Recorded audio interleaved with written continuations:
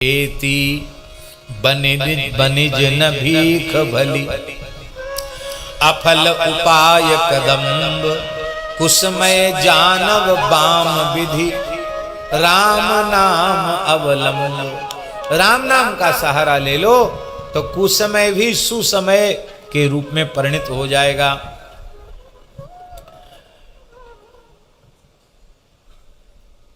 कुंडली में ज्योतिषी लोग विचार करते हैं किसी किसी के जन्मांग का, तो कहते हैं अरे भैया इसमें तो नवग्रहों में 7 ग्रह इसके बहुत गलत जगह बैठे हैं। और कुछ लोग कहते हैं कि अरे 5 ग्रह जो है पंचग्रही योग है और बड़ा विपरीत योग है, ये तो हमेशा दुख ही पाएगा ये जातक। ये गलत भाव में बैठे हैं ये 5 ग्रह, ये गलत स्थान में बैठे हैं 7 ग्रह, अथवा अशुभ ग्रह की दृष्टि इन पर है, तो ये जातक के लिए शुभ नहीं है। तो तुलसीदास जी रामाज्ञा प्रश्न के इस दोहे में कह रहे हैं कि भैया किसी को ज्योतिषी ने घबरा दिया हो कि तुम्हारे 5 ग्रह खराब हैं और तुम्हारे 7 ग्रह खराब हैं। अरे 5-7 की छोड़ो, 9 के 9 ग्रह खराब हों तो भी तुम राम राम करो तो इन नवग्रहों की सामर्थ्य नहीं तुम्हारा अनिष्ट करने।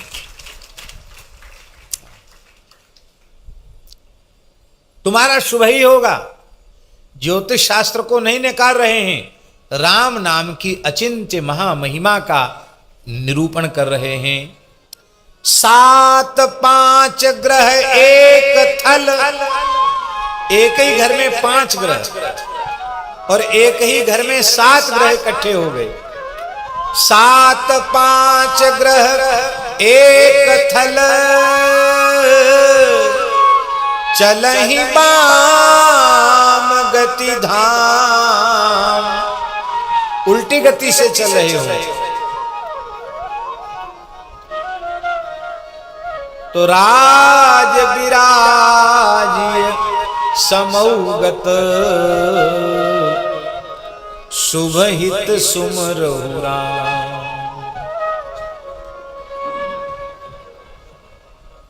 ऐसा व्यक्ति जिसके एक ही घर में 5 या 7 ग्रह आ गए हों और वो विपरीत भाव में हों, विपरीत अवस्था में हों, प्रतिकूल गति वाले ग्रह हों, तो राजा भी होगा तो रोड पे आ जाएगा, राजा भी होगा तो भिखारी बन जाएगा। राजा है पर ये विपरीत समय आने पर वो अवश्य फल देंगे।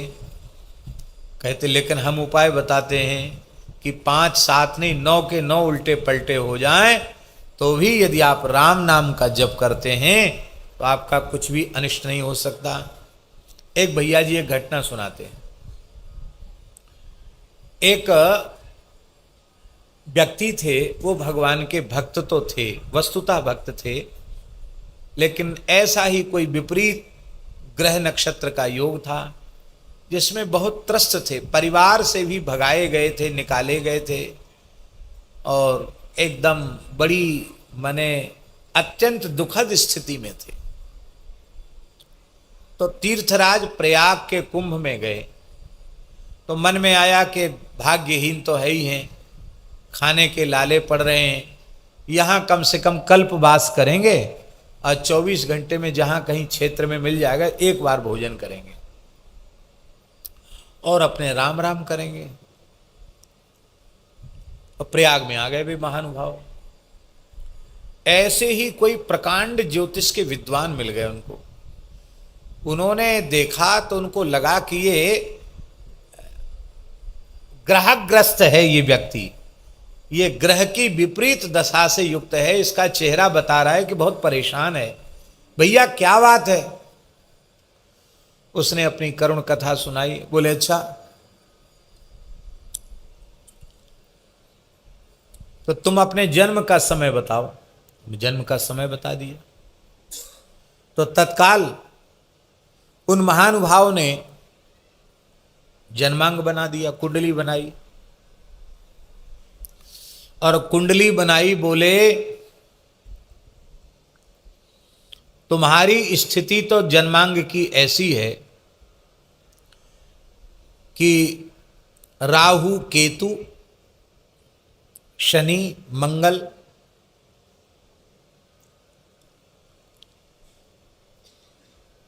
शुक्र, ये सब के सब इस प्रकार की स्थिति बना रहे हैं कि तुम्हारी आयु इतना प्रबल मारक योग है। क्या कहते हैं उसको? मारक योग ही तो कहते हैं, मार्केश। इतना प्रबल मार्केश है कि हमारे ज्योतिष की गणना के अनुसार तुम्हारी आयु अब 1 महीने से ज्यादा नहीं। बड़ा कष्ट पाकर तुम्हारा शरीर पूरा होगा, तुम्हारा जीवन समाप्त है, समझ लो। उसने कहा चलो अच्छी बात है, आपने बढ़िया बात बता दी, हमें कोई घबराहट नहीं है। अच्छी जगह आ गए, तीर्थराज प्रयाग है, गंगा जमुना का संगम है, हजारों साधु हैं, कुंभ का समय है। तो अब हम कुछ न कुछ करेंगे। क्या करोगे? अरे बच्चा, किसी ग्रह के मंत्र के जप में अब वह सामर्थ्य नहीं है कि तू बच सके, क्योंकि इतनी विपरीत स्थिति है, प्रबल मार्केश है तेरा। ठीक है, वो भक्त था, भक्त। उसने कहा भैया ये सारा ब्रह्मांड भगवान का बनाया है, तो ग्रह गोचर नक्षत्र ये सब भी तो भगवान के बनाए हुए हैं, राम जी जो करेंगे सो ठीक ही होगा। मौन हो गया और उसने राम राम जपना शुरू कर दिया। आश्चर्य की बात है, उसके सिर में भी दर्द नहीं हुआ और महीना भर पूरा हो गया। मार्केश का समय निकल गया, उसके सिर में भी दर्द नहीं हुआ। महीना तो पूरा हो गया। तो उसने सोचा कि चलें ज्योतिषी जी का फिर से दर्शन करावें। फिर गया दर्शन करने। उनको बड़ा आश्चर्य हुआ, बोले तुम जीवित कैसे हो?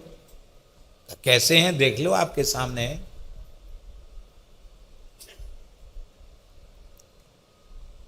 कैसे जीवित? बोले देख लो आपके सामने महाराज, कोई रोग हाली बीमारी कोई तकलीफ? अरे बोले महाराज तकलीफ पहले थी, बहुत बहुत कुछ तकलीफ थी, अब तो बिल्कुल कोई तकलीफ नहीं।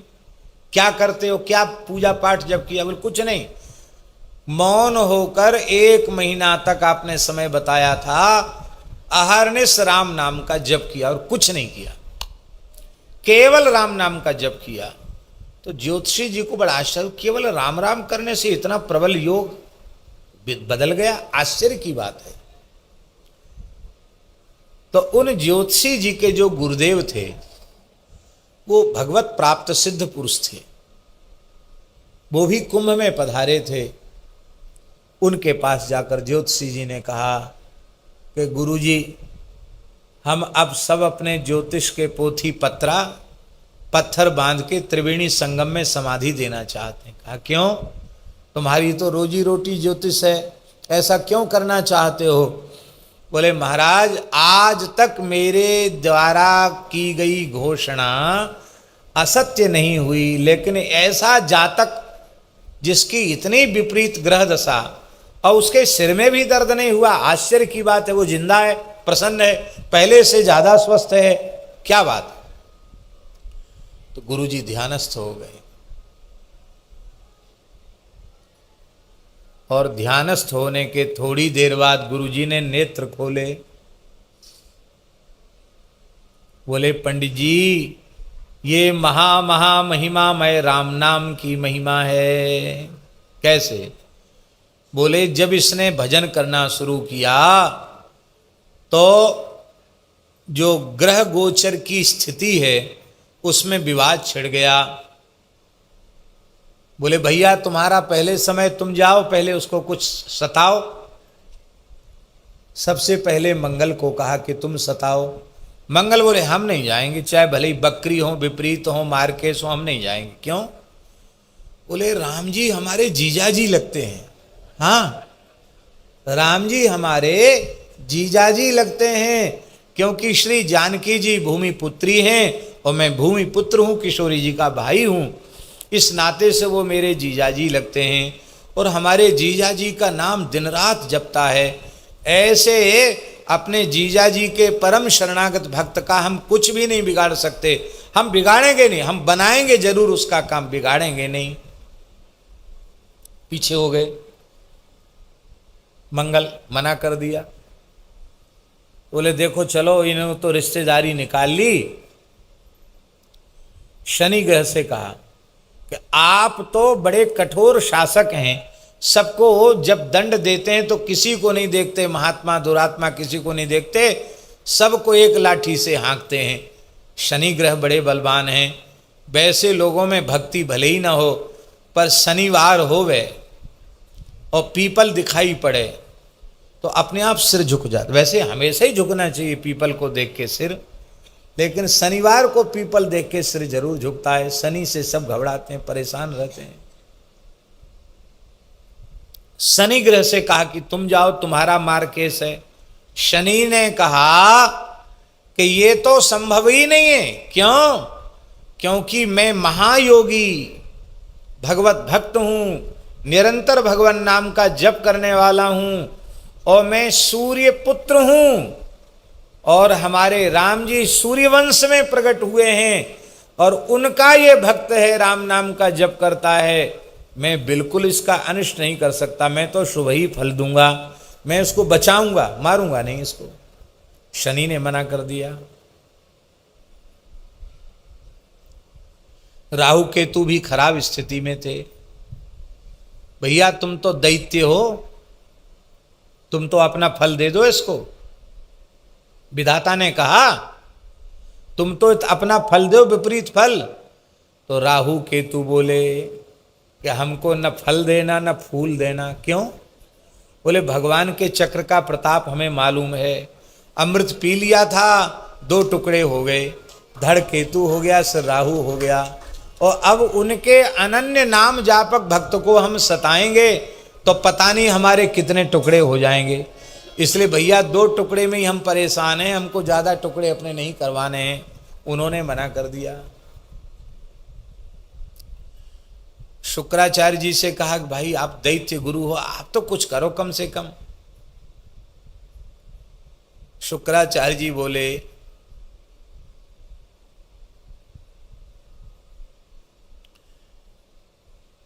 कि हम दैत्य गुरु अवश्य हैं, पर नाम की महिमा से अपरिचित हों ऐसा नहीं। देखो शुक्राचार्य जी का वचन बड़ा अद्भुत है। भगवान वामन ने कहा कि तुम पूर्णाहुति कर दो, क्योंकि हमने बीच में ही आकर विक्षेप कर दिया, तुम्हारे जजमान को बंधन में डाल दिया, तो अब कम से कम कर्मकांड तो पूरा कर दो, विधि पूरी कर दो, पूर्णाहुति कर दो यज्ञ की। उसमें शुक्राचार्य जी ने क्या कहा? बहुत प्यारा श्लोक है। मंत्रतस्तंत्रतश्छिद्रम देश कालार्ह वस्तुतः सर्वं करोति निश्छिद्रम नाम संकीर्तनम तव। मंत्र का दोष, तंत्र माने विधि का दोष, देश का दोष, काल का दोष, समस्त प्रकार के दोषों की निवृत्ति हरिनाम संकीर्तन से हो जाती है। जब आपके नाम की ऐसी महिमा है कि नाम के कीर्तन से संपूर्ण दोषों की निवृत्ति हो जाती है, फिर यज्ञेश्वर यज्ञ नारायण स्वयं यज्ञ में पधारें, फिर यज्ञ अपूर्ण रहा, यज्ञ तो परिपूर्ण हो गया आपके पदार्पण से ही। तथाप्याज्ञां करोमिते, फिर भी आपने आज्ञा दिया है तो हम पूर्णाहुति कर देते। भगवान शुक्राचार्य जी ने पूर्णाहुति कर दी। शुक्र ने भी मना कर दिया कि हम भक्त की महिमा जानते हैं, भगवान नाम की महिमा जानते हैं, और बाकी तो सब ठीक ही थे। 5 ग्रह विशेष प्रतिकूल थे, और बृहस्पति तो बेचारे सौम्य हैं, बुध भी सौम्य है, अनुकूल ही हैं, चंद्रमा तो परम सौम्य है ही हैं।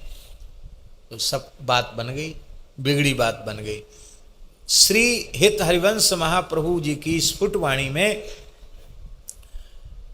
ताते भैया कृष्ण नाम धन संचु, ये पद है उनका, और उसमें उन्होंने लिखा है का करी है नवग्रह रंक, ये कंगले तुम्हारा क्या बिगाड़ेंगे। यदि श्री कृष्ण तुम्हारे अनुकूल हैं तो 9 ग्रह तुम्हारे प्रतिकूल होकर तुम्हारा कुछ नहीं बिगाड़ सकते। और यदि श्री कृष्ण तुम्हारे अनुकूल नहीं हैं और नवों ग्रह तुम्हारे अनुकूल हैं, तो भी यह अनुकूल होकर तुम्हारा क्या बना देंगे।